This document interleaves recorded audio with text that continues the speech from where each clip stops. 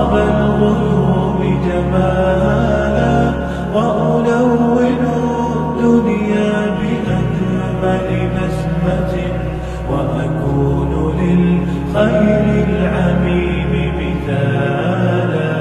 أسمو وأجتاز السماء جلالا، فأزيد أسراب الغيوم جمالا، وألون الدنيا بأجمل بسمة، وأكون للخير